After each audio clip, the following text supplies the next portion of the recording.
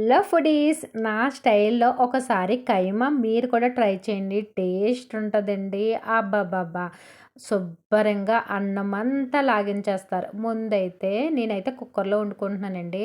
ఉల్లిపాయలు, పచ్చిమిరపకాయలు, ఇంకా కొద్దిగా అల్లం వెల్లుల్లి పేస్ట్, కొత్తిమీర, ముందుగా క్లీన్ చేసుకున్న కైమా, కొంచెం పెరుగు వేసుకొని అటు ఇటు, ఇటు అటు తిప్పేసి అందులో మసాలాలండోయ్! కొంచెం కారం, ఉప్పు, ధనియాల పౌడరు, ఇంకా మటన్ మసాలా కూడా వేసుకొని, అటు ఇటు కూడా తిప్పేసుకొని, అందులో కొద్దిగా పోసామా లేదా అనే వాటర్ అయితే పోసుకొని, అది కూడా అటు ఇటు తిప్పేసి, కుక్కర్ విజిల్ అయితే ఒక 4, 5 విజిల్ అయితే రానివ్వండి. కీమా కూర కదా పర్ఫెక్ట్‌గా చక్కగా ఉడికిపోద్ది.